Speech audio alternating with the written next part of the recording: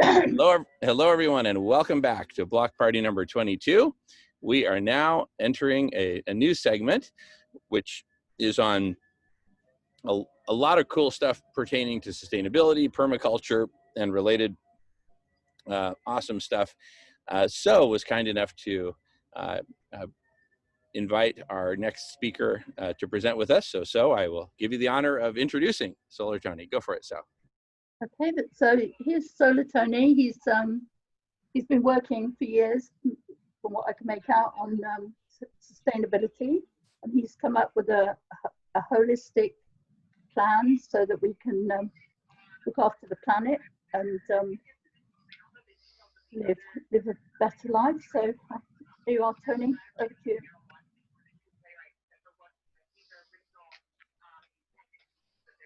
Hi, everyone. Hey, Tony. Hello. I'll share my screen.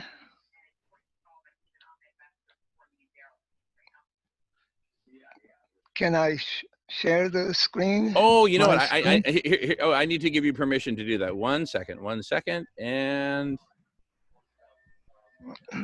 go for it, Tony. Sorry about that. Go for it.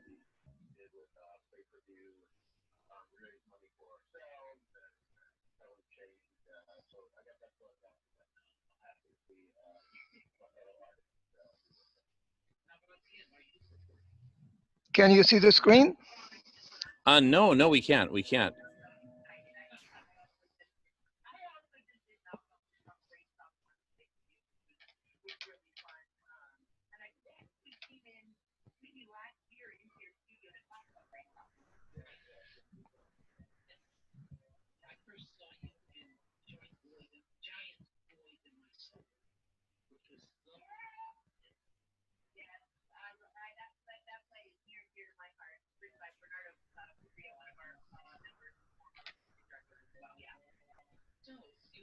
Can you see my screen? Yes, we can see it, Tony. Thank you. All right. Ecological sustainability. It's quite a spread. It's quite a bit because it's necessary to look at it from many angles, from many directions, and from many disciplines. And that's that's a bit of a stretch. Is anyone familiar with any of the titles on the screen?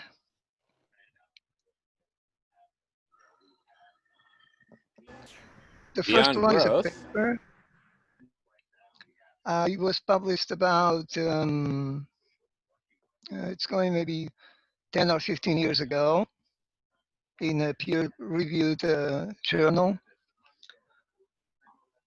The second one, Sim van der Rijn, is emeritus now, but used to be chair of UC Berkeley what's now called the department.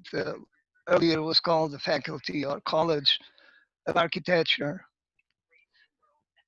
And he wrote an interesting book. Besides being, he wrote several books. Besides being an architect and a professor at the university, he wrote maybe the first book, to my knowledge, on sustainability and approaching it from an holistic perspective. And it was published by Sierra Club. It's the title Integral Urban House. Wrote another one about passive solar design, which is ecological design. Also, this was published in the Integral House, Urban House, was published before Permaculture, and it was in the 60s or 70s, early 70s. And he also published a very small book with a whimsical title called The Toilet Papers. Fantastic title. And it's about that. It's about what do we do with the own wastes that we generate as biodigesters. our own entropy, and how does that fit into the environment, and how to go about that, both from a practical point of view, but also as a architectural aspect. And then there's Jenkins. Those books, you can find them both on paper and you can find them online. It's called Humanure, and it's short for human compost or human manure, like animals do. And forget how not, we are humans. We are humans and we are animals. My students get the parents of my students get very upset when I tell them that their sons and daughters are animals. I get very angry calls. And then there's Gibbons. He's up north in California. And he started a process called biodynamics, which is also known as double digging. It's really not necessary to do double digging. It's for the ones who know the soil a little bit. But he started um, say a small farm in Willits, which is a town known to be the door to the redwoods, and it was once also known as the solar capital of the world. And that was because of one other person in there in the 70s also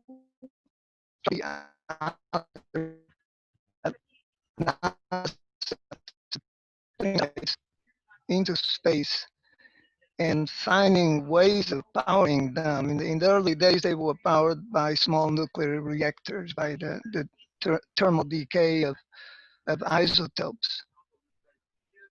And that's very dangerous and very costly. And until the solar cells came out. And this person started buying small solar cells, incredibly expensive from NASA, and putting them in solar panels and started selling them in Willits. And this is, to my knowledge, the first person on the planet to start selling solar. He has an interesting thing happening in there once a year now because of COVID is on halt. On a 12-acre place that was once a depot for highway construction materials. He recovered, regenerated the place, and he has a, an extraordinary place in there that was also designed by Sim van der Rijn.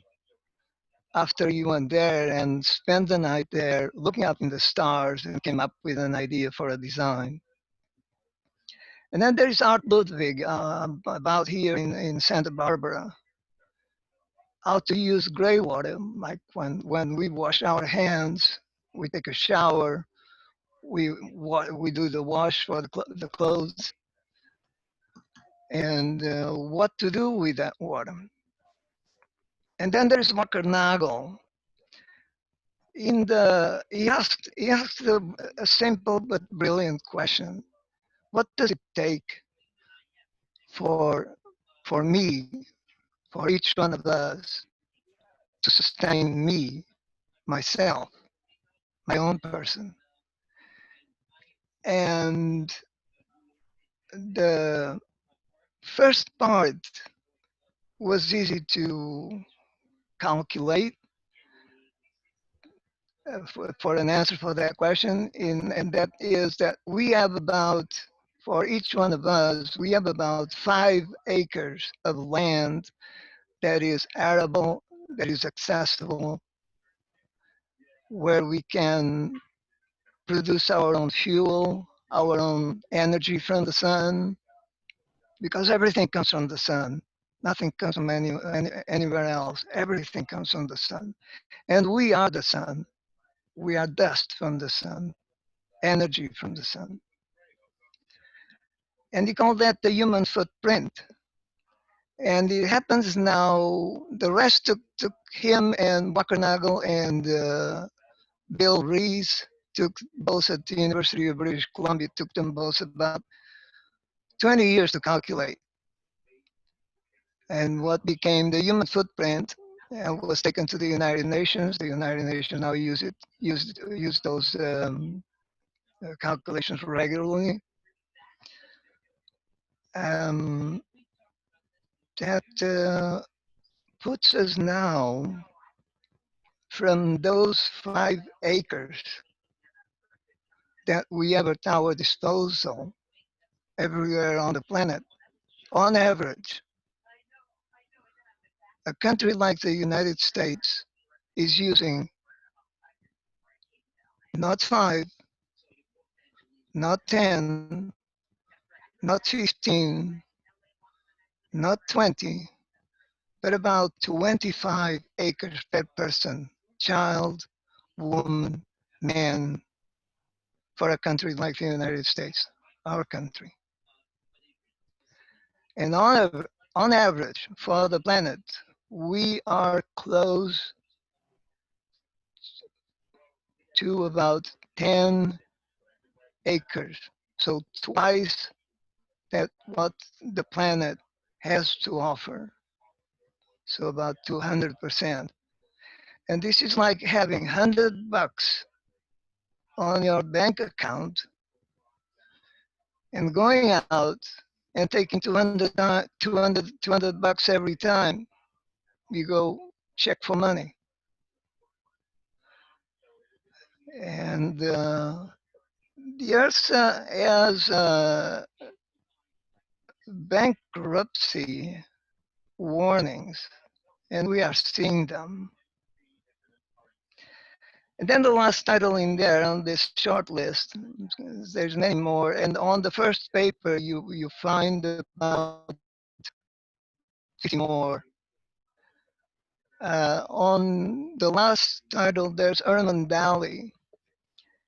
And Herman Daly was a professor of economics at the University of Georgia. And he wrote a book with that title, Beyond Growth.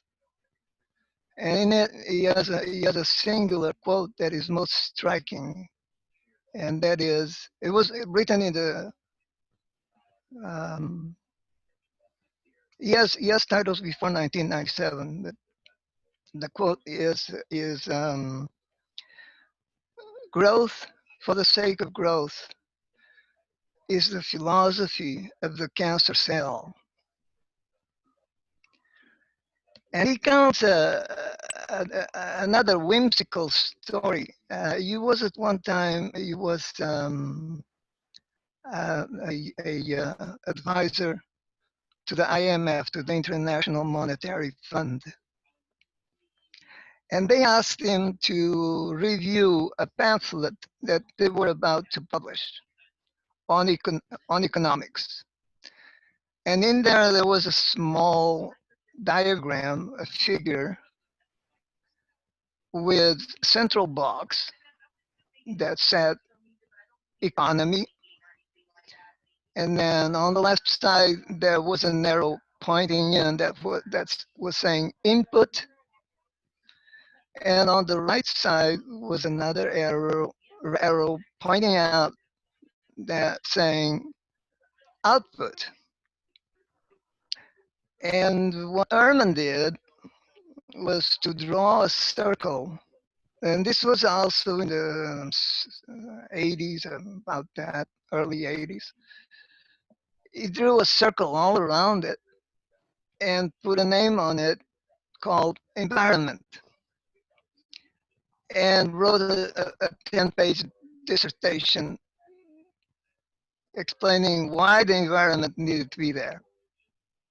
Because we get everything from the environment. We don't get things from banks or from supermarkets or from factories.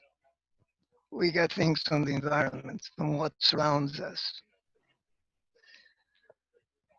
And he sent it back to the IMF, and they sent it promptly back to him without the circle and said, no, this is not what economy is. And he put the circle in there again and explained again back to them, yeah, the circle needs to be there. And then finally, the IMF did not respond back and published the paper explaining economics to the world without the figure. They took it out altogether. And that sums up pretty much where we are today. We are out of the picture.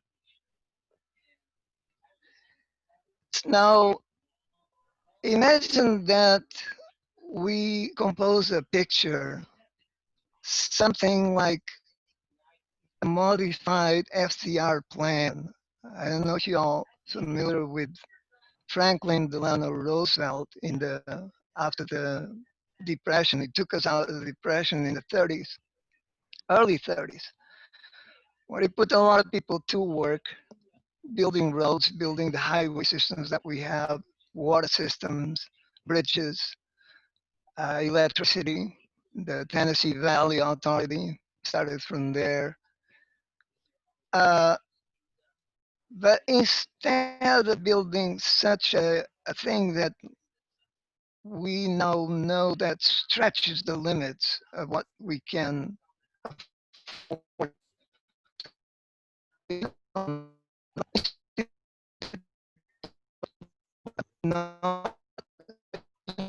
Hey, Tony. You're breaking up really, really bad. Michael, is he breaking up for you too? Just give me a thumbs up if he's breaking up for you too. Okay, yeah. This sound got really. I'll continue. Am I Yeah, breaking it's up? not at the moment, but you were for most of the last Okay, 15 seconds. Back to you. I'm back. I'm back. I just Tony, had a little distraction. That's something I had to take care of. Tony, if you keep fairly still, I don't know what. So it sounds like Tony needs to take care of something. Let's give him a little break. No, I'm done. I'm done. Oh, I'm okay. done. I'm done. Okay. I'm Okay, done. very good. What I've learned is that I don't know what kind of equipment you're talking from, but if you keep still in front of it, if you're not moving around too So much. I have a few more. I have a few more. Am I breaking up? No, we can Am hear I you just fine. loud and clear? Yeah, we can hear you fine now, Tony. Thank you. Okay. Yeah, please carry on. So I'll continue a few more slides and then we'll get into a conversation. So the universal basic income, I don't know if you're following it, it's going up very strong in Europe, in countries like France, Spain, Germany, Denmark, England. But the universal basic income is business as usual. That means the money is still spent on whatever you like to spend. You want to buy a new car or buy a new home or buy more plastics.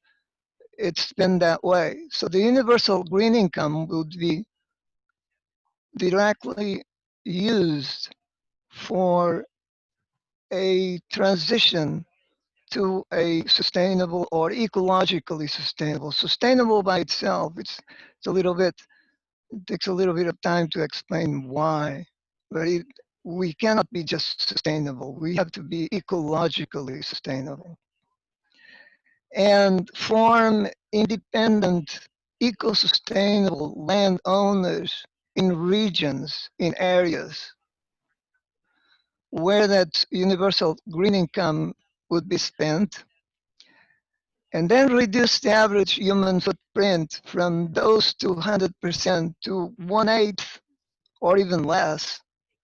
That it is possible to do. It may be in further talks, I'll give you some examples of those. And totally eliminate totally eliminate industrial pesticide-based and GMO-based farming and go into organic farming and food production. And at the same time, still be possible to have universal health care and universal education. And also in time, I should be able to, maybe not today, in another time, give you some examples of those. So in a city like in the middle, like we see in here, it's LA in a good day. and the San Bernardino Mountains in the back. The city doesn't produce or doesn't create anything by itself. It needs food, it needs water, it needs air, it needs energy, and it needs materials. And all of those things come from the environment. Nothing of that comes from the city. And then the city processes those things in order to make t-shirts or make buildings or make roads or process the food that comes out in restaurants, and then puts things out in waste, in pollution that we call entropy. And then all of that goes back into the environment where it is recycled. We just give those things back to the earth, nilly-willy, in waste, in water, in streams, in sewers, in plastics, into the ocean.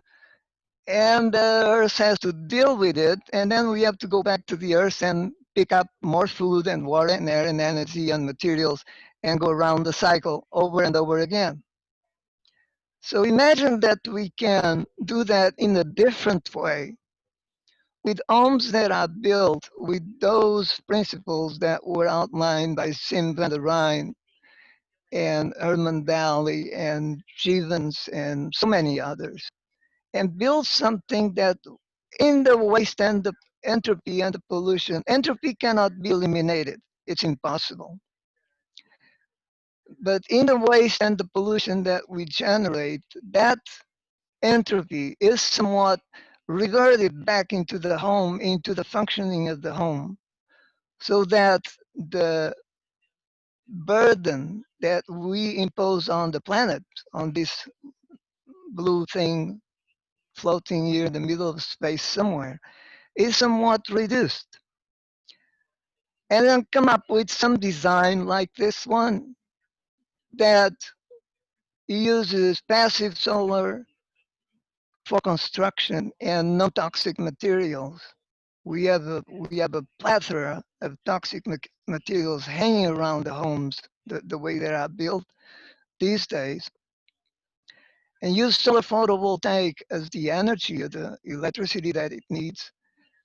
Pick up all the rainwater that goes into the streets in the city today and goes straight into the ocean and picks up all the plastic. But instead of doing that, put it on this number 3 on the figure, and then use the sun on number 4 for cooking, and number 5 for hot water from the sun in order to wash, take a bath, take a shower, wash the clothes for cooking. And then that water, after it is used, go into a mini gray water Mars system that actually is designed that NASA investigated in the 70s when we started thinking to go to the stars, which absolutely we cannot go to the stars because we don't have the vehicles to go to the stars. But they start thinking about that. And that's number 6. And number 7, compost those wastes, that entropy that we generate directly from the human body, into a compost toilet. And then build an organic garden where some of the waste and other wastes can go and we can get food and return all those things. What gets out of the house gets inside of the house. What gets in gets out. And that's the entropy cycle, the the regenerative cycle of nature that regenerates nature. So let's look at the amounts that agriculture uses in the world today. And the pesticide use in the USA, it's 800 million pounds in 2016. It's close to 1 billion pounds today. And that's about 2.5 pounds per person, man, woman in the country. China is even larger, and Brazil, it's twice as large, more than twice as large that what we use with a population that is at 2/3 of what we have in the United States. So imagine getting 2 or 3 pounds of pesticides on your dish for a meal once a year.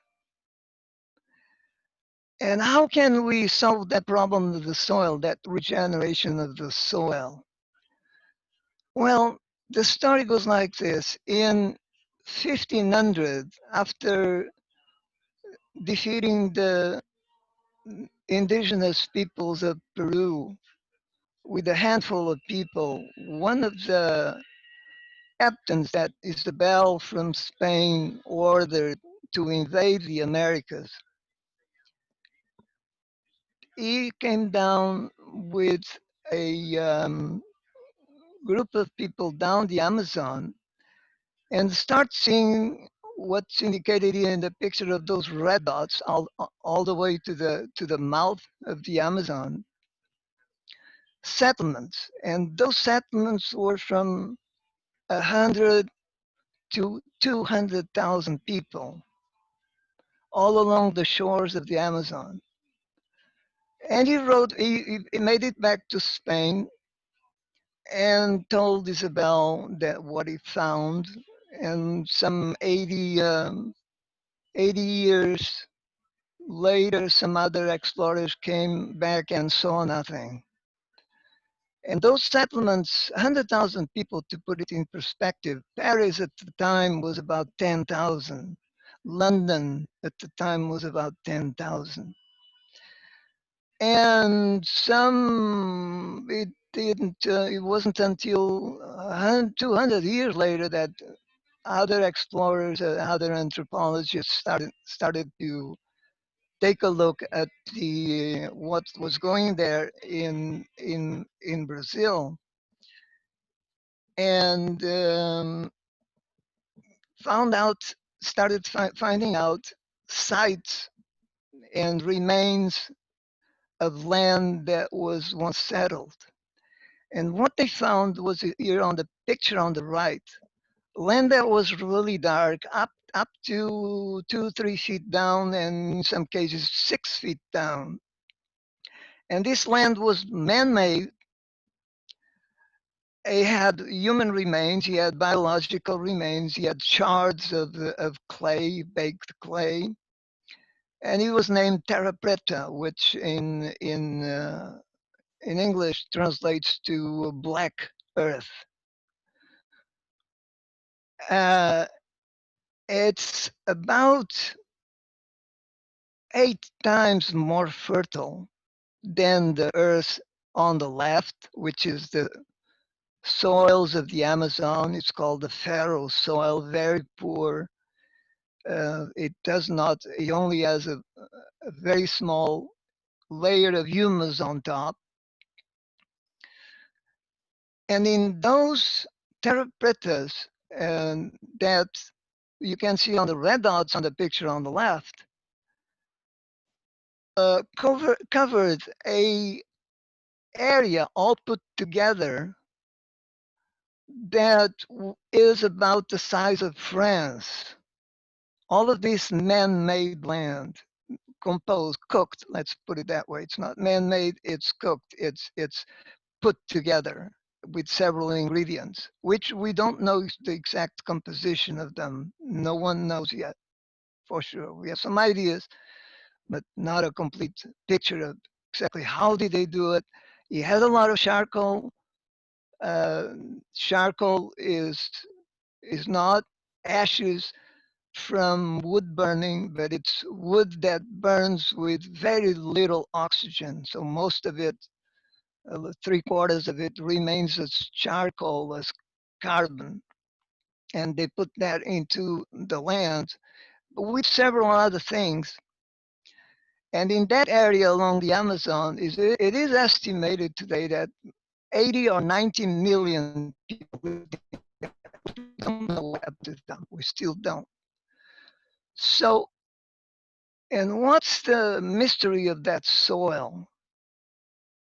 Is that without pesticides, and without poisons, there is a web, there is a chain of events that comes all the way from the roots of plants that they exude sugars that were photosynthesized by the energy of the sun in the plant in order to attract and share those with other plants, with other animals, bacteria. One of the most important may be fungi. They form associations with the roots, and then it goes to nematodes and arthropods and birds and animals, and sustains the food chain, the entire food chain, including ourselves. So our subsistence, our existence here on the planet is impossible without the support of the soil and without the support of the food web. And remarkably, one person that came to that conclusion was FDR, Franklin Delano Roosevelt, in 1932. He has a quote that he says, "A civilization that destroys its soils destroys itself." And this was about 100 years ago by a president of this country. And then compare what we have now. So the similar story happens with gray water. The water we use in the house, right now we put it down a pipe and up skidday, and we don't worry a thing about it other than paying the bill at the end of the month to the sewer company. And the first thing to do with gray water is to change all the soaps and all the toxics that we put in the water in order that it can be recycled properly. And something like this, which is that NASA design, it's a series of tanks where the water percolates, comes in, percolates from one tank to another. And the important thing on this story here, and this design, is that the water never goes over this level in here, so it never comes to the surface, which would cause mosquitoes and other larvae to flourish, and those are called vectors, and would be a cause of infestations and diseases, including some of the diseases that we are facing now, called the West Nile virus and others. And the mass, what the water does in the tanks, and the tanks are filled with gravel, so the open spaces are not open spaces, they are filled with gravel and soil. And the water that comes in as nutrients from the wash, from the clothes, from the hands, from the skin, from the food. It's captured, those nutrients are captured by the roots of plants and by the fungi and the mycorrhiza, and turned into biological material by the energy of the sun, by the plants, that then can be cut, placed into a compost pile, and that entropy can be placed into the soil, which can regrow, and regenerate new plants that we can eat and restart the cycle. And we can get energy from the sun, from the sun energy that gets into the wind, not in big mountain tops that cause erosion and belong to corporations and power companies that we have to pay bills, but in small wind power like this one that costs $500, $600, $700. And that generates, where there is wind, generates enough energy for a family. And we can build with local materials, without going to the store, a compost toilet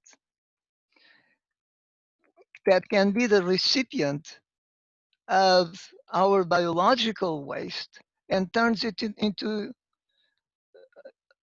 humus that can be replaced into the soil in order to get a that entropy and reestablish the nutrient cycle. And urine is in most people, unless they are very ill with a disease and the kidneys are compromised, urine is a balanced fertilizer that we throw into the sewer, into the ocean, as something that we really don't want. And that can be placed in directly into plants, just mixed with, I say here 5 times, and that's the minimum amount, 5 times water. I recommend a little bit more to get started, maybe 7 or 8 or even 10 times. It doesn't hurt to start with more water and less urine, and then maybe reduce, see if the plants can hold it. But 10 times, 5 times is absolutely safe. But a little bit more, it doesn't hurt. And then with all of that put together, we can produce food without the use of herbicides and pesticides, food that is not dependent on oil like it is today. 99%, this will take some time to show, of the energy content of the food that we eat today comes from oil.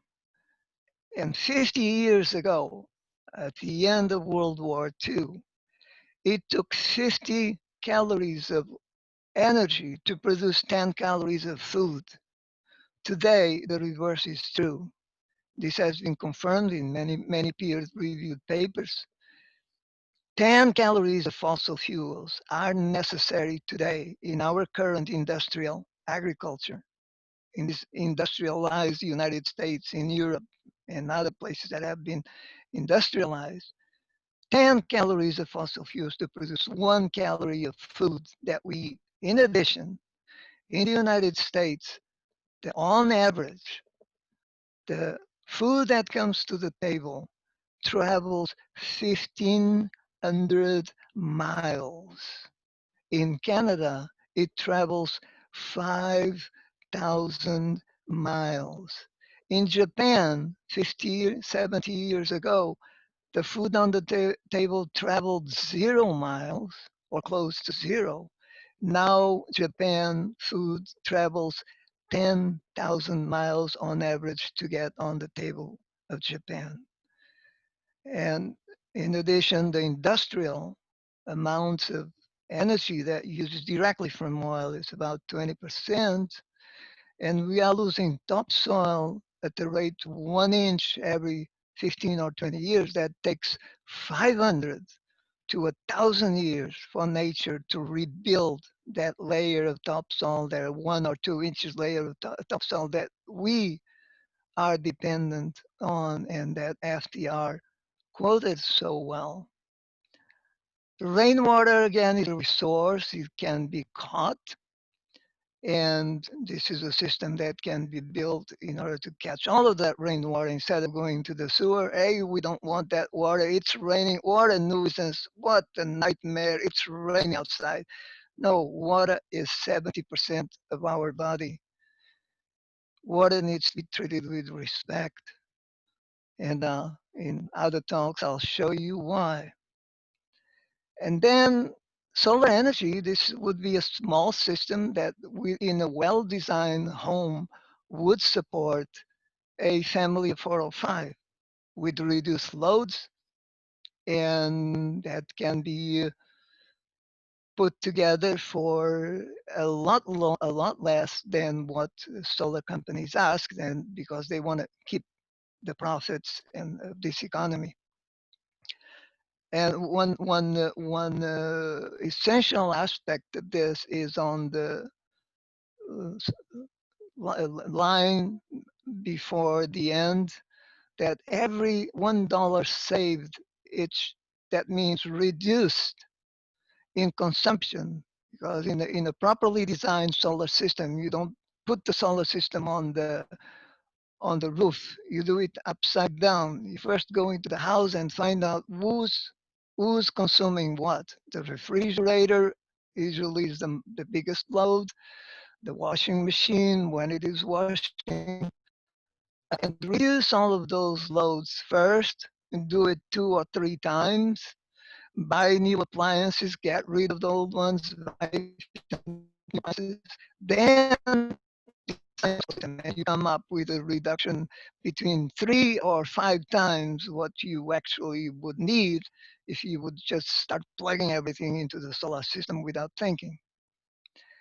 Then we can build homes that using the precepts of passive solar design that Sim van der Rijn outlines with natural materials, adobe, straw bale, pressed block, with local materials, with proper orientation that are efficient in the winter and in the summer, and if properly designed in most climates, including California, does not need a furnace and does not need a air conditioning. It all can be done with temperatures that are very, even in very hot days or in very cold days, the thermal stabilization of the home can remain for those days.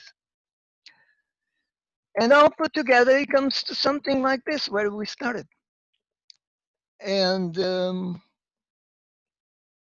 we are, let's talk, let's converse. So the idea is to build, create large extents, large areas, hundreds, thousands, millions, billions of people around the planet to start thinking about these things and start moving into a sustainable, ecologically sustainable way of living. And in a hurry, we don't have much time. I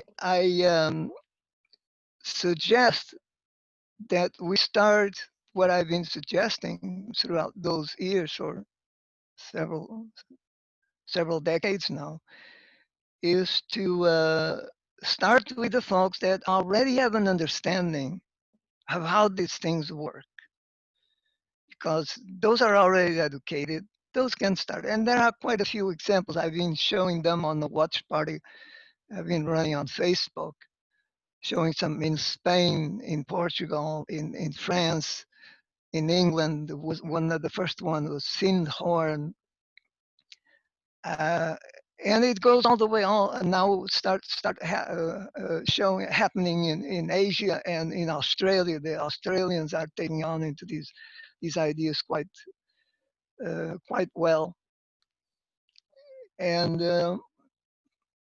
find land, find areas that are amenable, that are um, propitious to this sort of change. I suggest putting a land conservation easement. There are 50 states and there are 50 land conservation land trusts in the country, even more because some areas have more than one. And there is a national conservancy land trust in the country that conservancy can be placed into the land, that the land is to stay organic and eco-sustainable in all transactions. So people that come in and move out, and things happen all the time, can maintain the characteristics of the land. Like that is, think of like the areas in France that are demarcated for specific types of wine or champagne or cognac or other types or cheese or other types of things. Those would be areas that are targeted for eco-sustainability in a FDR modified plan.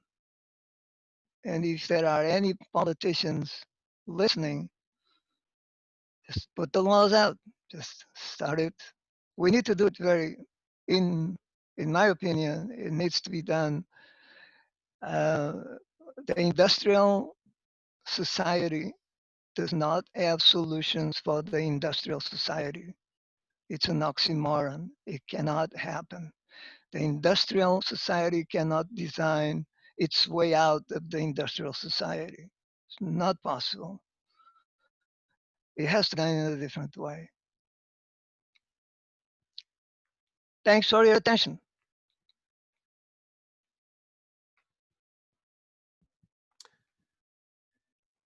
You're welcome. Maybe I lost everybody. No. We can hear you. We can hear you. And in fact, I see we've got one hand up from Michael Gallo, and looks like no one else in the queue. Did you want to stop screen sharing and go back to video conferencing? There you go. Okay. All righty. Wow, what a cool presentation. I love so much of the stuff you got in there. It's just awesome, the combination of theory with design. But anyway, Michael has his hand up. Go for it, Michael. Thanks, Jamie. Oh, hey, Tony. Yeah, great presentation. Very comprehensive. I love it. I love this kind of integrated systems view at the ground level of people living what it takes to live in this sustainable way. And I'm no expert on it, but I've imagined. I see this as totally possible too. It seems like we've pretty much got everything to do it. Why is it not happening? I have one comment and two questions for you. My comment is I really enjoyed the part of your presentation on the what was it called? Tierra de, what was it? Terra Preta.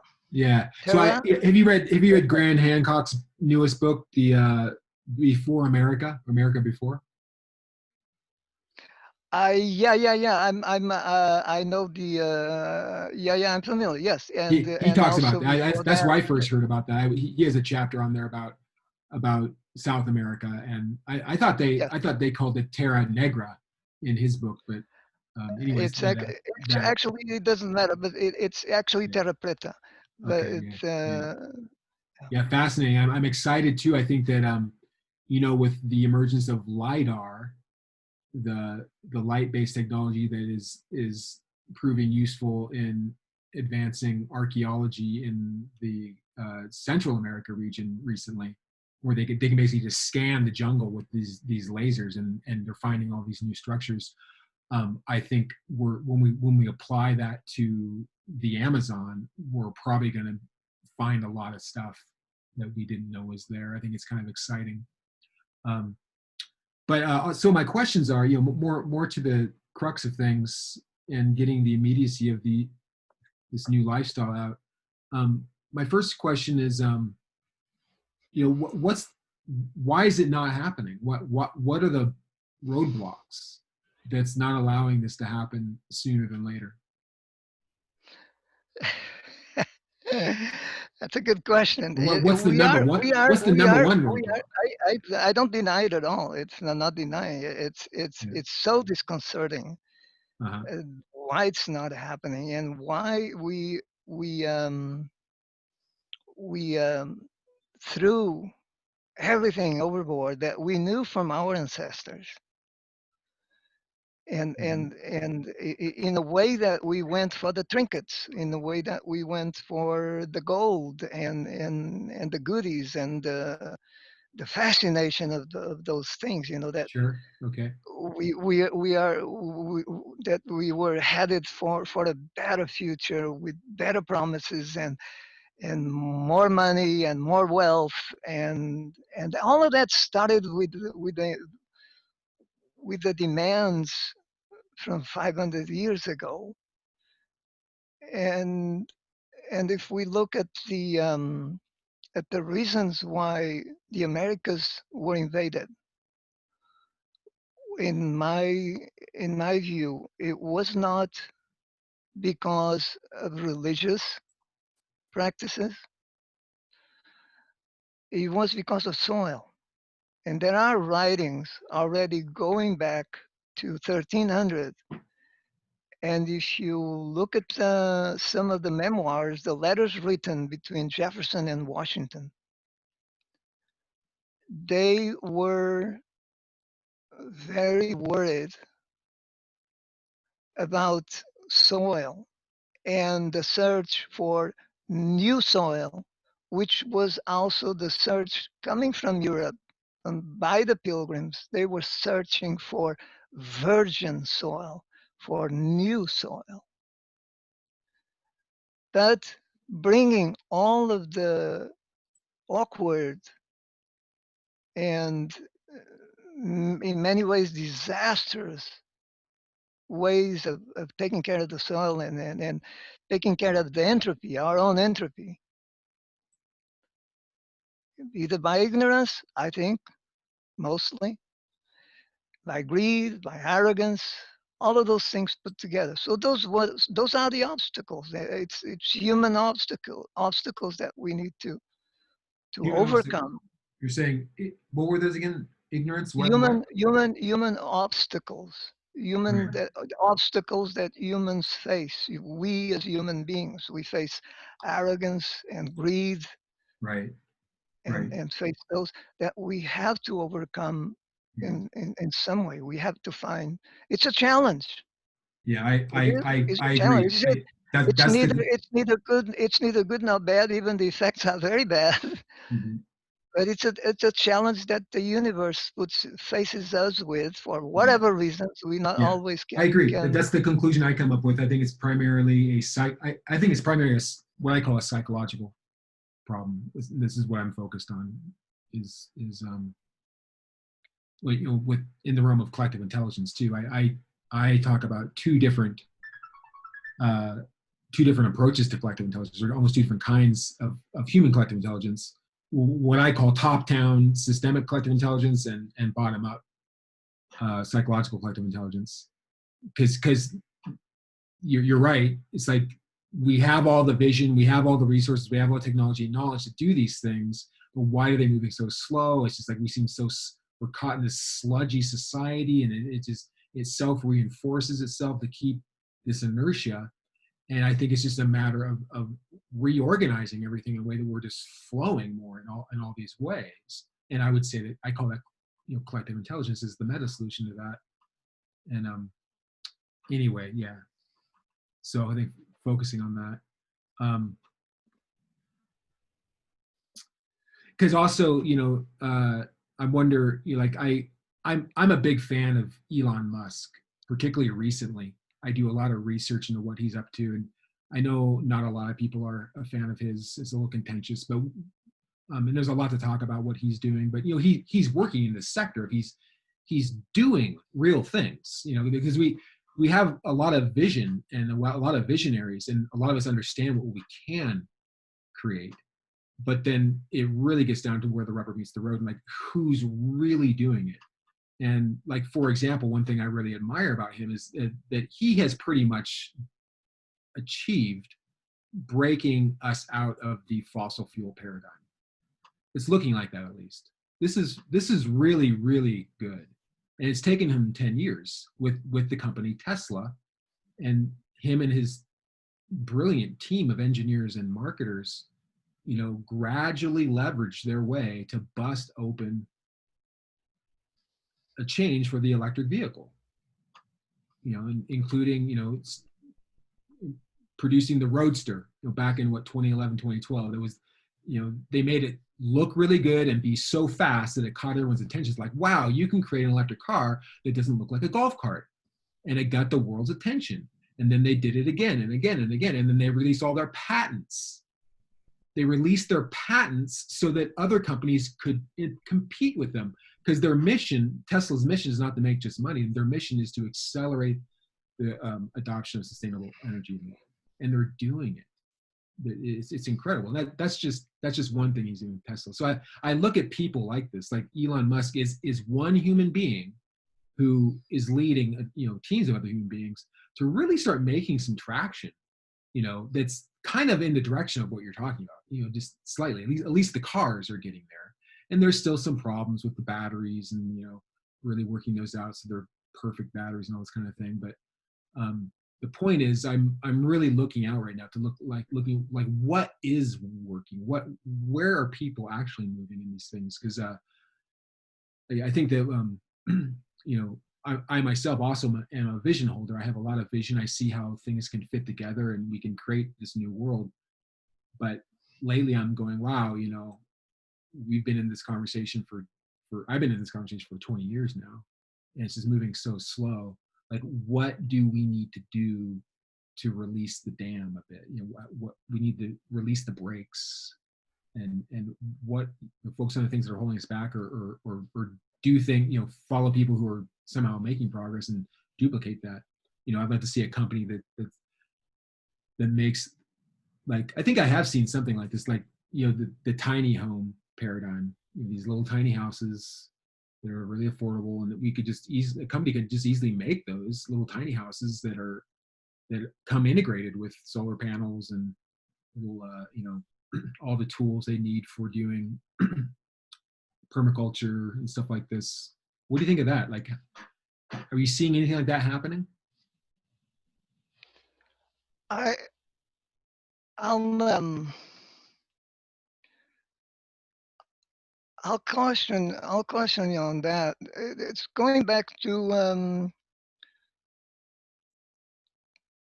where we were on the human footprint, and looked at see if you can go into the books from. He has a very small tome. It's called the Ecological Footprint. That's some Rees, REES, and Walker-Nagel, and it's not very hard to read. It's not very. There's not a lot of scientific stuff in there. Okay, can you give us a summary? The the the the human footprint does not lie to us. We are using massive amounts of everything. Mm-hmm. Oil, it's just not energy. It's everything. It's timbers, it's water, it's land, it's food, it's forests, it's minerals, it's plastics that come from oil. We are using massive amounts of those things, and the earth cannot support that output. It cannot support that extraction, that rate of consumption and extraction. It's impossible. It's the laws of thermodynamics. We cannot create, we cannot destroy. It's the second law, and that's entropy. Right. And that takes a long time to understand that, a very long time. I have many colleagues that do not understand that. But what's the Sorry to solution to say. that? And what's the solution? It's I don't know, other than short, than banging this over and over and over and over again, Right. sufficient amount That's of that's what people I'm that talking about. I'm just like understand. I see, Sufficient like, amount of people one perspective I it's have, an like, idea. It's what's an that? idea pitting. It's an idea pitting against each other. That's the way Right. the universe works. Right. I was Unfortunately, just going to unfortunately, say, be it that way. if we look at the One long-term idea, history of, one idea is to pit against the others. So a sufficient amount of people that say, wait, stop, this cannot work because the science doesn't support that. you're saying the solution is to wait and wait for people to wake up to it. No. We have. Oh, I suggest we be proactive. I suggest we be I proactive. am too. Well, It, that's why I suggest be proactive, also in just doing things too, meaning, like, I hear that I fully understand what you're saying about the limitation of resources, though I'm not fully convinced. I think we still, I mean, so you were saying that there was a caution to something too, like what that I was saying about Elon Musk and all that. yes, Are you, there is. because if the caution is, if the caution is if the caution is not moving forward with actual innovation because we don't want to use our resources, Caution but caution not in the not in the moving, but caution in the approach.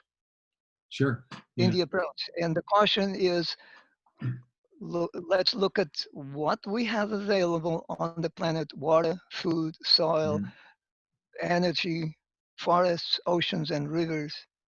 All of the things that we have, energy coming from the sun. Let's look at those and see how much we are using. And that's the ecological footprint. That's the human footprint mhm. science that was developed.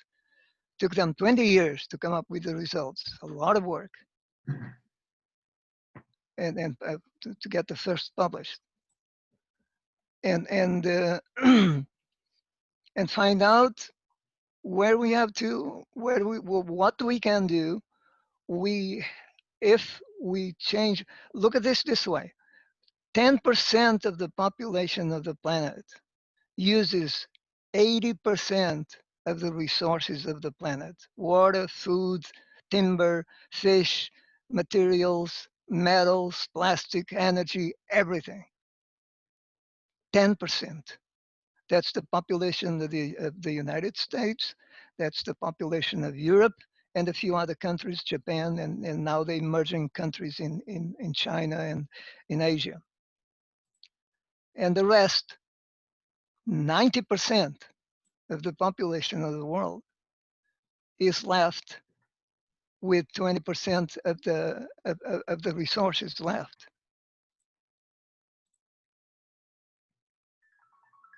That's coming from that point. The solution should be pretty clear, that we all have to reduce. In the West countries, we cannot sustain our way of life in order to maintain our way of life. It's not possible. That is, we cannot create materials out of nothing. We cannot create energy out of nothing. We cannot create forests and food and soil out of nothing, especially in a catastrophic, disastrous way that we are destroying the soil, and we're destroying forests, and we're destroying oceans and rivers. We have 3,500 miles of rivers in the United States. In the last report I saw from the EPA a few years ago. And from those 3,500 miles, 40% you cannot drink the water, you cannot swim in the water, and you cannot eat the fish from those waters, or all of the above. And that's in the USA. And around the world, the situation is not any better. 5 of the biggest rivers on the planet already have stopped reaching the ocean. The last one is the Amazon, because of drainage, draining the water, taking the water the way we take out of the Colorado. The Colorado doesn't end, doesn't go to the Gulf of Cortez, the Gulf of California, doesn't reach the end of the course. And many other rivers around the world, the same happens. The biggest rivers and small rivers. So in the meantime, we pave big areas like Los Angeles. You can drive 150 miles one way, 150 miles the other way, and you are still in the city. You are still in Los Angeles. You are still in paved roads and concrete and asphalt and parking lots. And when it rains, all of that water used to go into the soil. It now goes into a pitch drain, and it goes into the ocean, and it carries all the plastics, and it carries all the bacteria, and it carries all of the waste that is on top of the roads. That's bad design. That's historical design. That's things that came out from our ancestors, from their way of thinking, from our architects. But there are other parts of the world, and maybe in other talks I'll show some of those, that things went differently. And we have great examples here in the Americas, in Mexico, in the southern states, and in the country as well. Examples of how people coped with their subsistence and their existence on the planet. You mentioned the book from Terra Preta. Yes, and there is another one, 1491, from Charles Mann, Mann, that it paints the picture. What was America the year before the invaders arrived into America? And America, and the conclusion also for the Terra Preta and for the Amazon, and the Amazon is just not the Amazon. It's already been found that extends all the way to Bolivia, all to the north, to Ecuador, to Peru, to Chile. So it's just not to Venezuela, all the surrounding countries, Paraguay, Brazil. it's Argentina, even the south of Argentina. So it's just not the Amazon. It's those methods, those principles, those ideas of living on the planet, and going back to the way the Native Americans, the indigenous Americans, were living here on the planet before the European invaders came in, was far different than what's been told. America was not a pristine or virgin or unexplored continent. America was a well-tended, well-managed continent that was destroyed by greed and goodness knows what. We have to come to terms. I think Europe has a big responsibility, very big historical responsibility on that. I hope they take steps in there. I Hey, hope that. did you read Graham Hancock's book that Yeah. America?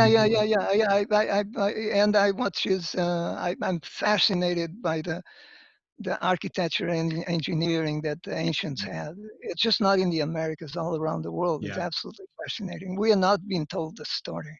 One thing I focused on. I visited quite a few of those places. Yeah. And I can tell you there is no way that with our technology that we have today, that we can do anything like that. And I can show you why. One thing that Graham focuses on that book that I'm really interested in is this idea of the the impact theory of a cometary impact around 13,000 years ago here in the Americas, particularly. That's what he mostly addresses in that book. And I have a theory I extend from that in the surrounding evidence is becoming increasingly clear that there was many large impacts, probably from a fragmented comet hitting the Earth in multiple places around 13,500 years ago. During the time when what you're talking about, during the time there was a thriving civilization, especially here in North America. Actually, it barely gets any attention in the archaeological scope. There was a lot happening here in North America, and one day this cometary fragment came down, hit the ice shelf right above the Great Lakes, and basically wiped out 80% of the animals and most of the population here, and caused the Great Flood. That's where the Great Flood comes from, because the ice caps melt so severely that the waters rose and all this Great Flood happened. And then we had to recover from that. There was 1,000 years after that, and humanity basically was basically lost because the whole world was affected. My hypothesis is that we're still impacted by that. That was not that long ago, 30,000 years ago. And that all of us in all countries, it's all in our DNA, our genetic memory. That's not just a woo-woo thing. There's scientists who've done experiments in demonstrating that memory is actually passed on from generation to generation through the DNA, that we all carry the memory of that traumatic event in us. And my theory is that it seemed to center around North America at that time, 13,500 years ago. My theory is that the Europeans returned, and most of the Europeans, other countries too, but the Europeans, we recolonized North America and made the great nation, which is now the USA, 200-year-old nation, to be this really phenomenal nation, because there's almost like an unconscious need to try to heal this event that happened 13,500 years ago, and that everything that's been happening since then for the last couple of hundred years, from the birth of the United States of America to all this incredible progress, has been in some sense a unconscious response to that initial traumatic event 13,500 years ago, and that we're basically recreating a global catastrophic event subconsciously, in the same way that an individual tend to do this. An individual who has trauma from their childhood will recreate conditions later in their life in order for the psyche to try to integrate that. I think that's part of what's happening today. Is we all know what's happening. the evidence is so clear. We don't seem to want to change. And yeah, so I think that's part of what's happening, talking about history and the story behind us. And even deeper than that too.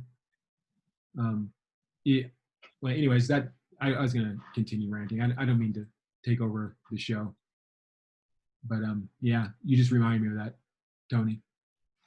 There's Marco with the question. Maybe we can. I had have one more question for you. One more question, yes. Involving solar panels. I'm no solar panel expert, and I'm all for solar. But I had heard someone critiqued a message I had recently where they said solar's no good because I guess the technology that we use to make solar panels is really not that sustainable. That solar panels only last for a number of like 4, 5, 6 years or something, and then they're not recyclable. They all go back into the dumps. And so if we're moving into a solar paradigm, I would imagine we need to really innovate that and create solar panels that are going to be much more long-term or at least recyclable, because I don't know if that's going to be a solution for the amount of solar panels we're going to need. Solar is definitely in the picture. There are some things that are not. There are some cons. There are some pros. Yeah. Most of them are pros. The efficiencies are 15 to 20% from the energy that hits the surface. We can measure how much energy comes from the sun. We have been able to do that since we know fairly exactly how much it comes that hits the surface. And the solar panels do that conversion. To put that in perspective, a plant converts about 1% of the energy that hits the plant. It's converted into energy. Only 1%. A solar panel does about 10, 15, 20%, about 20% nowadays. There are some materials in there that are difficult to obtain, difficult to refine, complex, and a little bit hazardous, but not that hazardous, like a nuclear power plant or something of that sort, of that nature. Much less. It's not like they are hazardous to the point of being toxic in certain points. There's some caution in there. The solar panels in the last 20 years, at least, have started to carry a warranty of 25 years. And that's replacement warranty. How long they will last, nobody really knows, but it's estimated at least double that. That's 50 years. So it's not 3 or 4 years. 3 or 4 years is the time now that it takes to generate the energy that takes to produce that solar panel. So it takes energy to produce anything. A solar panel can capture that and recapture that energy from the sun and recover that energy in 4 or 5 years. You can convert that into dollars, cents, monies, pennies, coins, bills, and come to the same conclusion. It takes 4 or 5 years to pay back in money. And that's equivalent to paying back in energy. What that plus a little bit more because there's profit in there. That the rest 20 years of that warranty is covered. It's energy coming in. And if things work according to plan, another 25 years, 20, 30, 50 years, 20, 30 years, likely it looks like it's going that way, that the panels remain functioning for that time. They reduce a little bit the output, but not very significant. Depends also on the technology used to manufacture them. There are several technologies, quite a few. And the solar panel continues to output energy for 20, 30, 40, 50 years in the future. That's good to hear. Now, what's different from that, from a coal power plant or a gas plant or an oil plant? There's no difference. Power plants, coal plants, be it coal or oil or nuclear, in 30, 40, 50 years, they need to be decommissioned and rebuilt. There's no difference in there if you do it in a solar panel or if you do it in a coal power plant. Things don't last forever. Okay, so there's no difference in there. The thing is that the one more point in there and on solar is that I do not advocate solar in large expanses like we have here in the Mojave. Mojave is not a desert. Mojave is a place of biodiversity. We have plenty of solar roofs across the country, around the world. I can show you that. I've done the calculation that we can have 80. This was already done a few years ago. It's probably very conservative. We have enough rooftops that we can put solar panels on them, on energy independent homes, and be self-sustaining in electricity, and even possibly charge some few electric vehicles and go to work and come back to work on electric vehicles. That's a plan I would support. But we have to take care of all the other things also: the food, the waste, the entropy, the garbage, the things that we call um, toilets and sewers, because all of those are and the water from the rain. All of those are designs that are badly conceived, and they come basically because of historical views and historical inheritance that came from our ancestors. That's but does not need to be that way. There is if you want to read something on Terra Preta that goes a little bit more, it's quite a bit more scientific. So it's from Lehman at Cornell University, Lehmann, Lehman at Cornell. He has a department on Terra Preta at Cornell, and he has that's where they call it dark earth, and yes, or black soils. They just changed the name, but it's the same thing, Terra Preta. It's quite a bit more scientific, so you need a little bit of background in there to read. But it goes into the exactly what's a little bit more in the analysis of what's in that soil and why it works. But still, the final answer, and nobody really knows the magic of that. But I think we can recreate it in what we know today in organic agriculture, in biodynamic, in regenerative agriculture, all of those names. We can, and soil science. If you want to read soil science, there's a very good author. His name is Montgomery, and he has a tome that has a fantastic title. It's the Eden half of nature.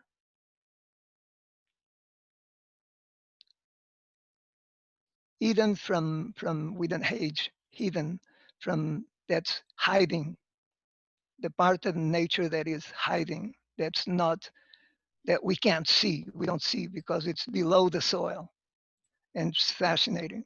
And then there's others, there's Stamets, there's CIMAC at University of British Columbia, there's others that's fascinating. And it's only very recent, in the last 20 or 30 years. Soil, who cares about soil? There's nothing in soil, It's nobody was studying it, and then suddenly it's being studied galore. It's being studied everywhere, and it's an amazing thing. The soil is the source of everything. Really, it's the source of life. It's there where we came from, and that's where our entropy is destined if we don't do anything else. And like everything else on this earth. So we need to come to terms with those mechanisms, let's put it that way, which are not really, they're not mechanisms, because mechanism is something very linear. And these things are not very linear. You know, life is not very linear. It's a non-linear occurrence. Life is something extraordinary. You know? And we as a civilization have to come to terms to that and learn to live with that and find out what is the best answer. Now, destroying ourselves in the short run, it's not very smart, I would say. I would think that everybody agrees in here. And finding the solutions that we can have a little bit more permanence in here, so we can look at the stars and wonder a little bit, who are we? What are we doing in here? Instead of short-term answer and getting rid of everything in a few years, in a few decades, in a few centuries, as we're doing now.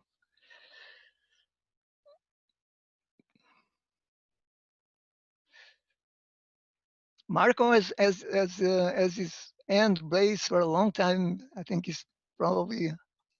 Yeah, I'm still here. Now, Michael, you asked a question, and I've got so many notes by now, earlier on about, why we're not moving to the greener technologies. And the main reason is something that I found is very much the answer to, if there's a problem, you can trace it back to greed. If you and your family for generations has all your money invested in fossil fuel infrastructure, do you want to say, I'm not going to make money anymore, let's all switch to green technology? No, you're not going to give up till you've got every drop of everything out of the ground and there is no more. Then it's okay to go to the green. So greed is one problem. Another thing is, now you were talking about like electric cars and how sounds good, but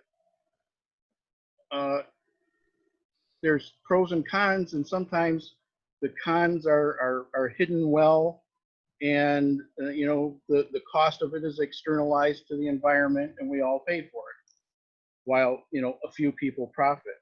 Now, lithium ion batteries are pretty toxic. Making them is pretty toxic. They're using fossil fuels to do all this manufacturing and mining of these minerals. So, if you have to use fossil fuels in the manufacture of everything you do to create solar to sell, or like let's take windmills, for example. Those huge windmills, the turbines, in order for those to be efficient producers of electricity, they use rare earth magnets.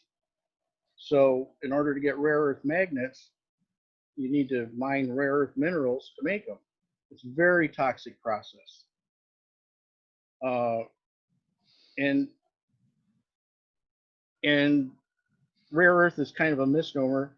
They're pretty well around the world. There are rare earth minerals can be found, but it's only in countries like China and a couple others, where the life of the workers is not well cared for. People work in toxic conditions, have short lifespans, and they're being abused, so that we can say, I'm green, I'm using a windmill.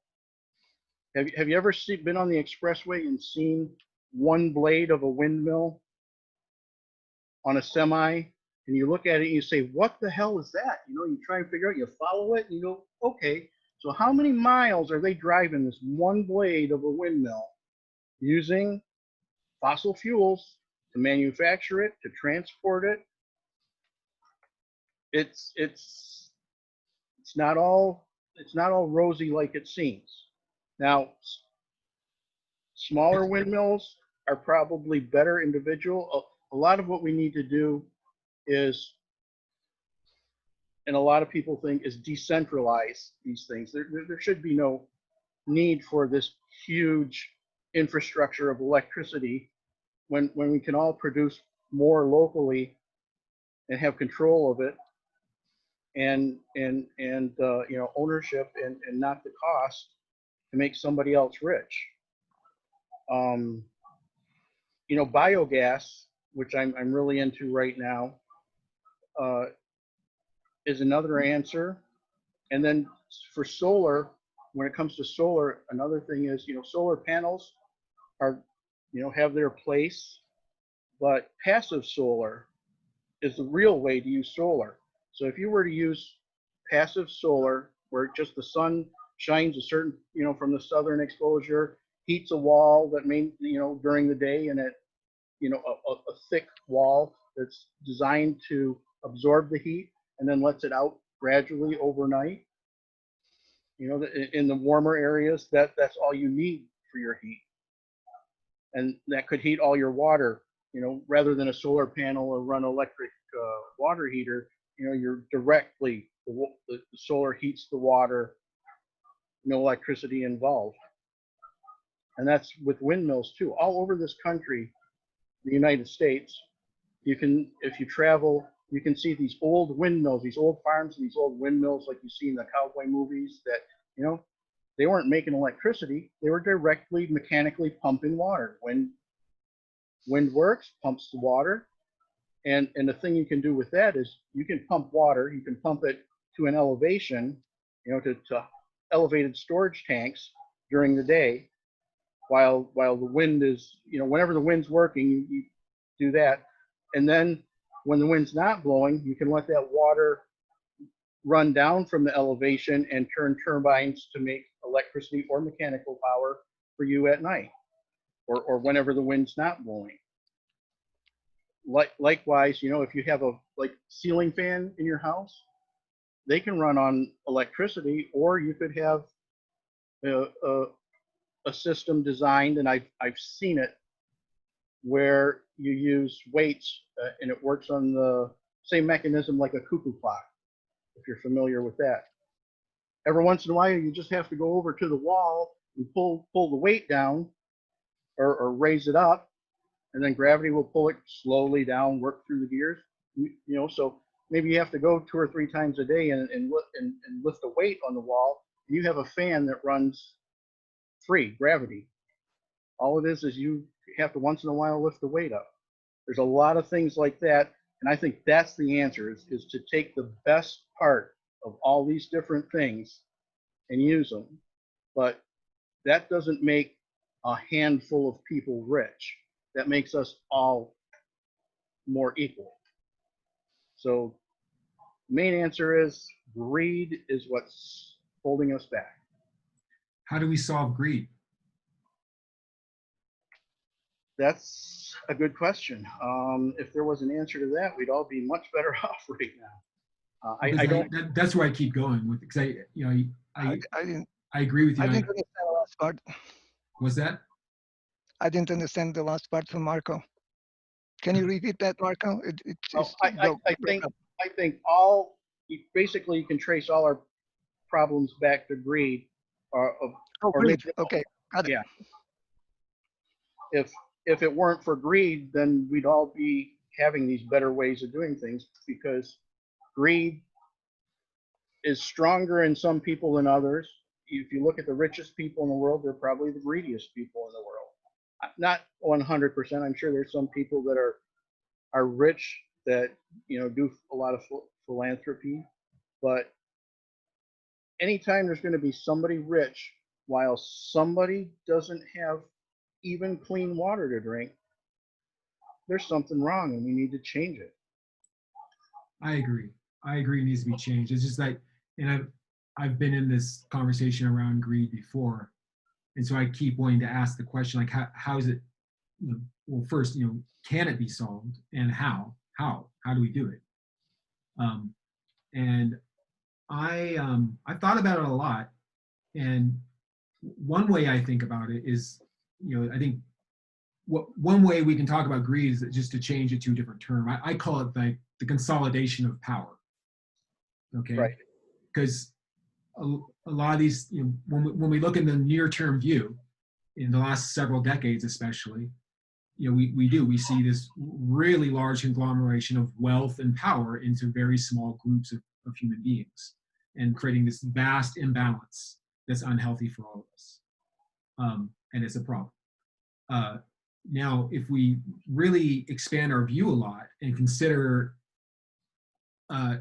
consolidations of power outside of the realm of human society, we also find that in places. And I can give some examples.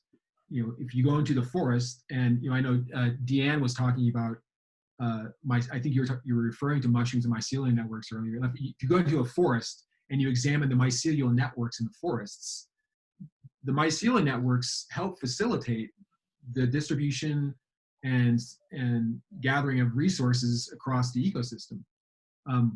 But you do have centralizations. You do have even concentrations of resources. It's not all perfectly homogeneous. So you get variations in different levels of things, even in nature. And you could even go out into the cosmos and see that there are consolidations of power and light and gravity happening. And so I think this is I see a pattern here across all of evolution in our reality, that there does tend to be centralizations and consolidations of power and resources across all scopes of reality. So I'm not one to see that we can create a world that's totally equal. I don't see that. I don't see that it's either desirable or possible. I do see that we can come back into better balance. But I think if we're going to solve that problem in our human society, because I think it is too far out of balance, I think we do need to understand what the real nature of it is, that some of these people that got really rich also made the technologies we're using to have this conversation. And they made the technologies that allow us to have a lot of the things we're all benefiting from in our lives. So it's not that we want to completely remove the incentives that people get for being really creative and innovative and in our lives. So I just think it's good to consider all these things in understanding what's really going on, in looking at greed, what we're calling greed. Yeah, there's a lot of, this, like you said, this technology we're using now is, I'm sure quite a few people got rich off of it, but this technology is good for us right now as long as we can maintain it. You said there's the small group of people that are benefiting, and it's the same group of people. It's been doing it for several hundred years at least, same families, which is pretty hard, to fight something that's that established. And right now, our education systems train us to look to the government, that the government is responsible for taking care of all these things, rather than everybody shouldering their own responsibility. We need to forget about the idea that the government will ever solve these problems that concern us the most. We have to do it for ourselves. And this is a great way to do it, what we're doing right here. So, get in. Oh, Yeah. Marco, you put it all down to greed, but I was thinking of, I live in London and I'm surrounded by gymnasiums, and I walk past them and they've got electric treadmills. So they've got these treadmills guzzling energy, guzzling the Earth's resource, and these people are running on these treadmills, and then they're getting into a car and they're going home. Well, why don't they just bloody walk home? We are stupid. It's not just greed. It's really stupid systems and stupid ways of thinking.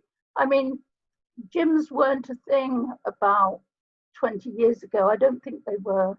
So it's a capitalist money-making scheme that came about, and everybody was a little sheep and went along with it and started running on a treadmill. They can just run in the streets. Well, they're all doing this, and a lot of these people who are doing this, they've got PhDs, they've got God knows what qualifications coming out of their ears. So we're just stupid. If we thought of everything in terms of energy and energy expenditure, I think we'd get a really level, sensible, rational view of things. Yeah, that's another one of our problems is, although you said, you know, there's people, very educated people that are doing these dumb things. One of our biggest problems is undereducation. Well, I think the rich are our problem. Tony's already spoken about who are the people guzzling all the planet's resources and causing all this, you know, this lack of abundance for nearly everybody on the planet, and guzzling up and emitting CO2 and all the rest of it. The rich are the problem. I see the only way forward is carbon rationing. That would solve the problem of the rich. The rich are a serious problem. But I take that view, so that I used to say that everybody agrees that money is a good thing, right? not And the really. No, we don't all agree that. then the oligarchs have a field day. They have it easy. They don't have to convince anybody. Everybody agrees money is good, so they explore everything. Some It's of us easy enough. don't agree that money's good. Some of us, we're a tiny, minuscule minority, but we do not all agree with the money system or the money is good thing. It's a very American. It's much more. I mean, we've got it bad over here, sure, but it's a very American thing. I mean, I heard Michael. Michael says he didn't think he liked equality. Well, what is it you don't like about equality, level playing field, Michael? Just tell me about that. Oh, I'm sorry if I wasn't clear. I've thought about this a lot. I understand what's desirable about wanting equality, and sometimes things are equal in our world. Like, you know, I could get a glass of water and I could take 4 cups and I could basically get equal water in there for 4 people. You can do that kind of thing. When it comes to the entirety of human society, I don't think that equality in all aspects of society is either possible or desirable. And here's why. It's not that I wouldn't want it. It'd be kind of like, I kind of feel nice, I guess. We'd all feel equal. But I don't think it's possible or desirable. Here's why. Look out in nature. It's not equal. It's not. Go out into a forest. Things aren't homogeneous. You have a lot of diversity of things, and different plants are taking different types of resources from other plants. There's actually competition for resources happening in the forests. And some plants and some animals do dominate over others. This is going on for a long, long, long time. Also, so I don't think it's really possible. I think that the way reality works is with a lot of variety and a lot of things changing all the time. That's just the way evolution's already worked. So I don't think we'll be going against the natural way of things to want to get total equality across all things, right? Homogeny is death. If things are totally balanced and equal, it all dies. You need diversity, and you need different things taking different resources at different times. It's very dynamic. Michael, you're always going to have diversity. I'm sorry, what? You're always going to have diversity. Diversity is a given. This one's tall. This one's But how can you short. have diversity and equality at the same time? Let me finish what I'm saying. I think what we want is we want equal opportunity for people, meaning, and we don't have that now. You're right. We don't have equal opportunity, meaning that I don't think we can have total equality of resources distributed. I just don't think it's possible or desirable.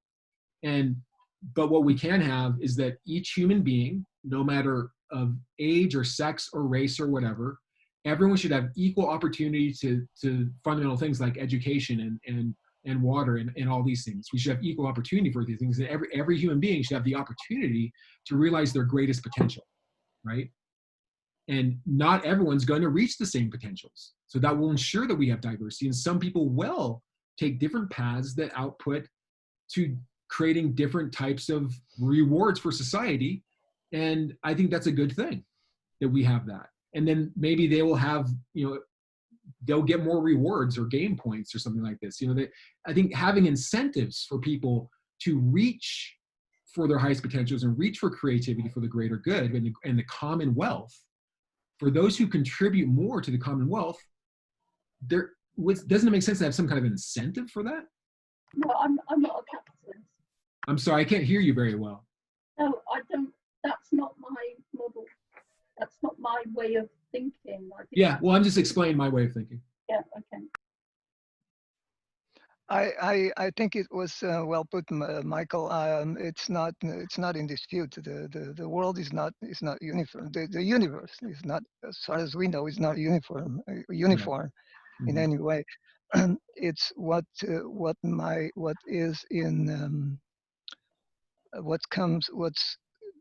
coming more so apparent and evident is that the process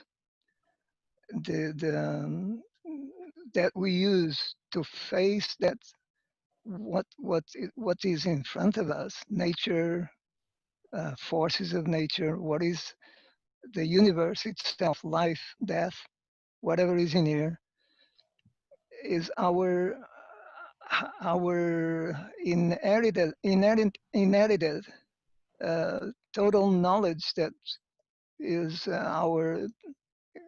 in our time is leaking from every angle.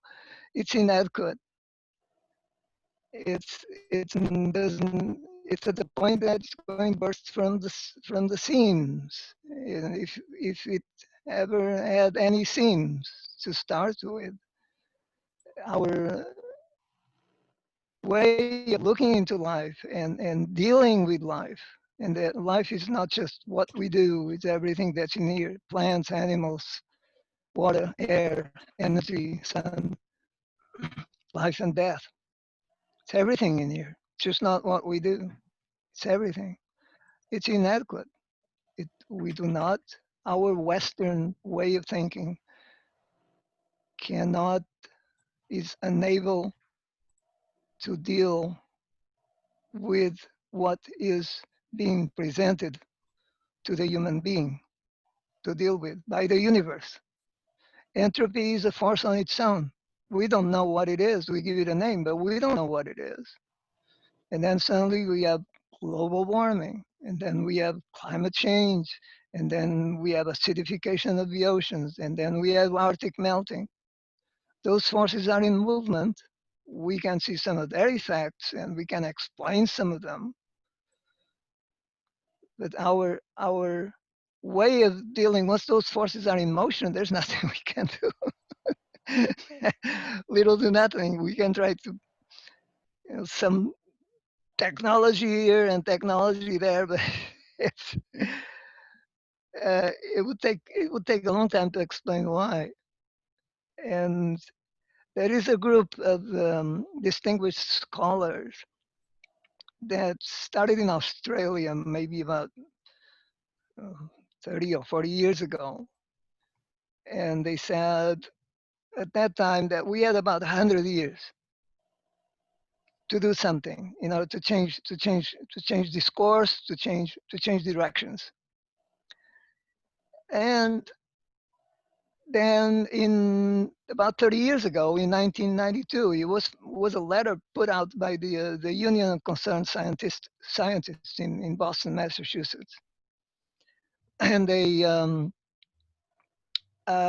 signed about 1,500, 1,600 of the top scientists and engineers around the planet, including 2/3 of all the living Nobel Prize winners.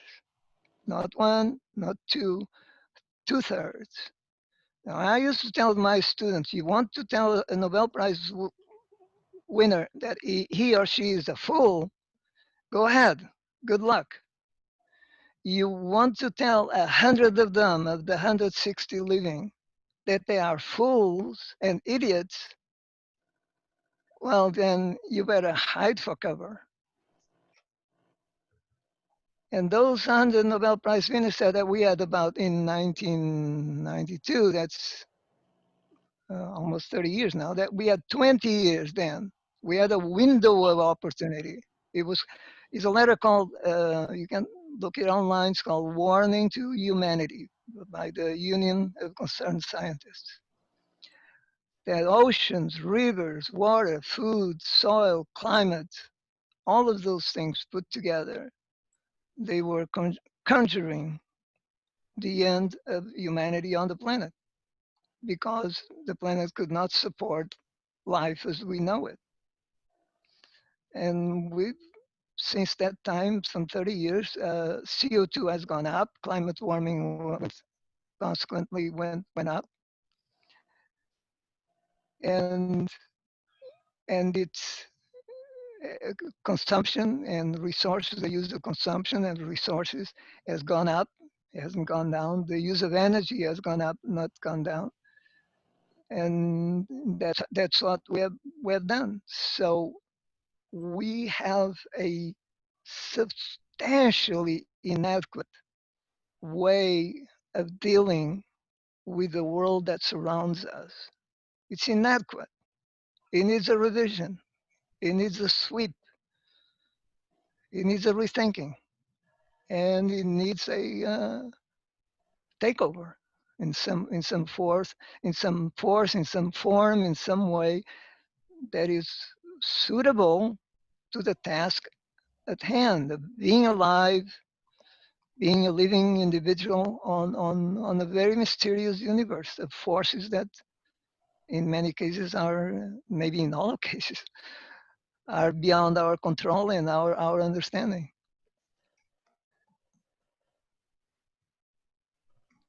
Awesome. Tony, I just wanted to comment, in 10 minutes, we'll be starting the next segment. So we've got maximum 10 minutes to wrap up. And Deanna has been waiting patiently with a question or comment. Go for it, Deanna. Thank you. I was just, it's a wonderful presentation. Thank you, Solar Tony, and amazing comments. Thank you. It's really inspiring to listen to. So, and I was burning to get my Tapley's earth in. So, kind of just to touch on So's point, I think we, the word equality is a very loaded one, isn't it, really? And perhaps in the world going forward, we could think more of roles, because I tend to agree also with Michael that everybody can't perform the same roles in the same functions, and so there is no overall equality as such. But we use the word equality, and the word equality has just become so associated with modern living, and I think it's lost its sort of intelligence. So I don't like the word equality really in many ways. Does that make sense? Because I think if you think in terms of roles, people, I mean, you can talk about different roles in society now, and we associate this sort of status with everything, and I think it's mistaken. But that's just a quick thought. So a lot of things that people have said tonight suggest, well, our kind of thing is that actually humanity's lost a lot of intelligence, and there's almost an aspect that with all our technological gains, we've actually probably lost, we're losing way more than we've gained ultimately. Maybe humanity's lost intelligence, really, when we're talking in those terms. Because kind of like, yeah, obviously trashing everything. So what do we do about that? And going back to what Michael was saying about the forest and how that sort of cooperates, because people are finding more and more about how forests cooperate as an ecosystem. It's really, really awesome. It's absolutely mind-blowing. And yeah, there are definite inequalities in those ecosystems, but the overall actions are cooperating on a sort of community type basis for sort of the greater good. which of course humanity no longer does it? Humanity doesn't do that anymore at all. And I'd agree with So that, I'm pretty anti-capitalist, I suppose, because I think a neoliberalist individual greed that is encouraged in people is largely responsible for that, this sort of loss of community, because I don't think humanity overall sort of cooperates in the way that forests do. So I think humanity has lost a lot of intelligence. What we do about that is a big, good question. Big question. One quick question, we haven't got much time, so I'm rambling. I'd really like to ask Solar Tony, I'm concerned going forward that climate change is going to produce an awful lot of very turbulent weather, and it seems as though the climate is going to get very, very, very stormy. Should we be should we revert to being tunnel dwellers, or should we be tunnel dwellers? Should we create tunnels to live in?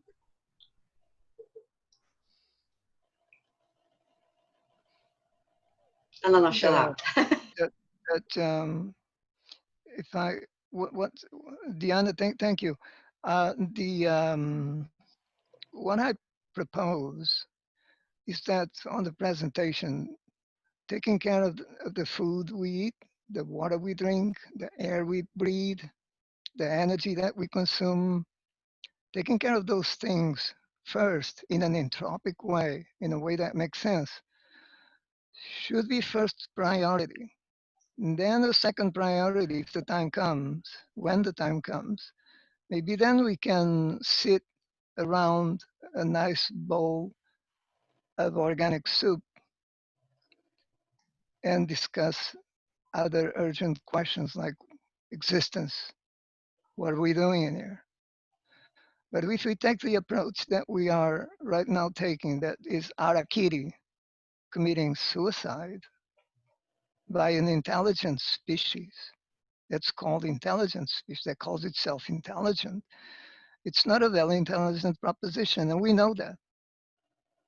We realize that. I think we are at that point that we realize a sufficient amount of the population realize that we are at that point. So let's calm down, let's be patient, let's take care of those things first. Water, food, soil, that maintains civilization. And then look at the stars and ask the other questions. Maybe then we have time. Find out what we're doing in here. What's existence? What's the universe? What lies up there? Otherwise, we won't have time to ever to wonder, and maybe fall in awe.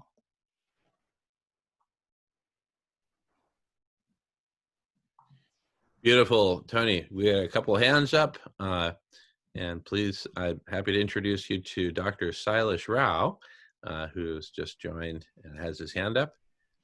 Go for it, Silas. Yeah, I just wanted to respond to Deanne's statement that humanity has lost its intelligence. Humanity is under this delusion of separation.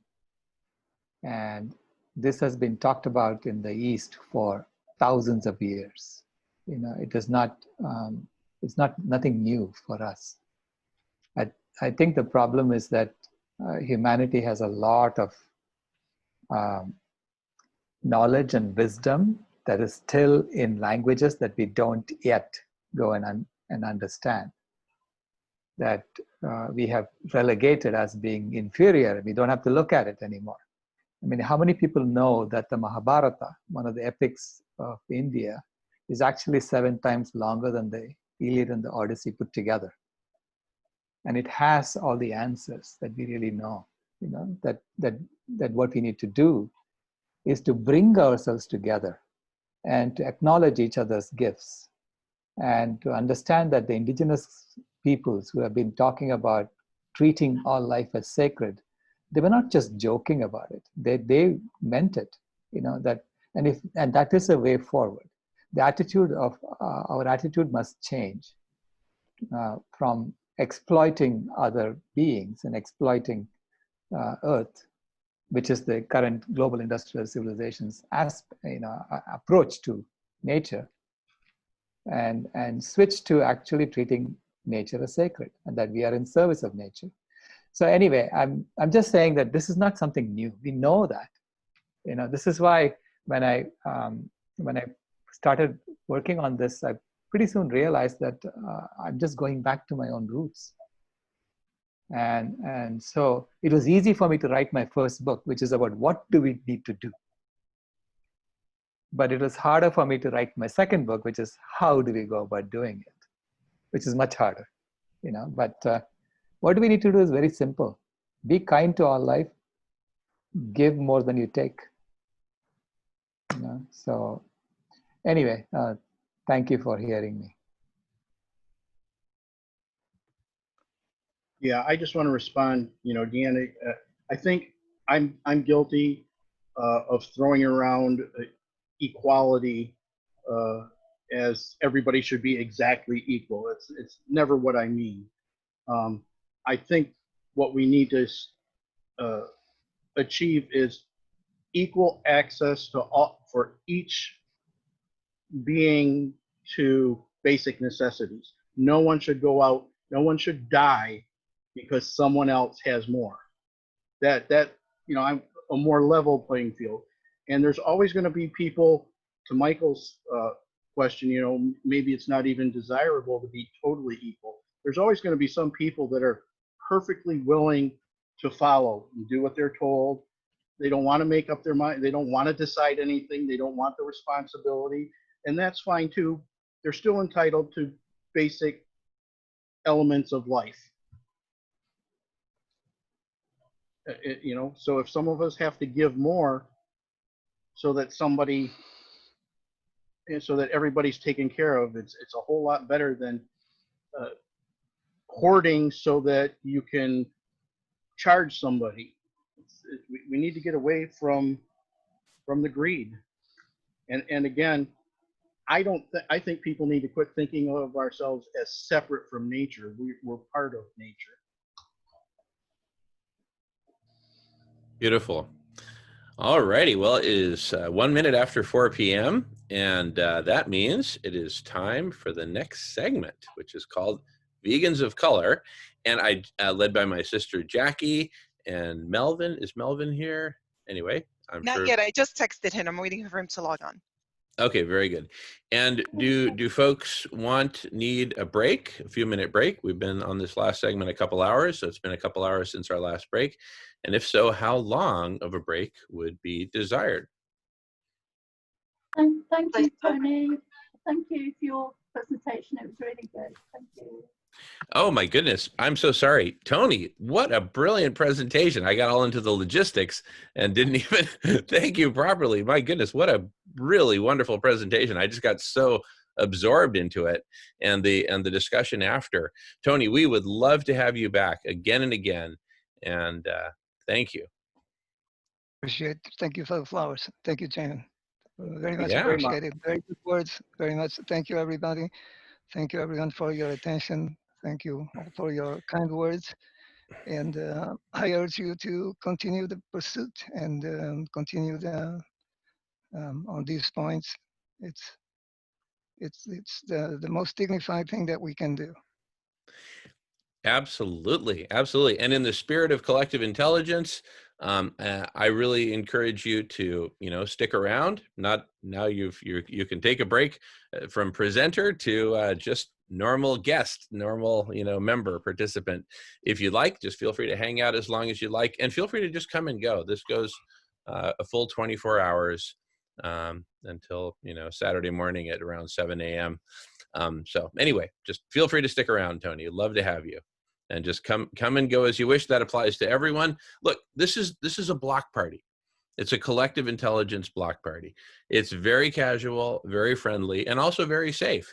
Food's in the kitchen, beer's in the cooler, the bong is in the back. Keep it on the down low, and just come and go as you please, and bring your friends. I mean, it's real simple. So just mi casa tu casa.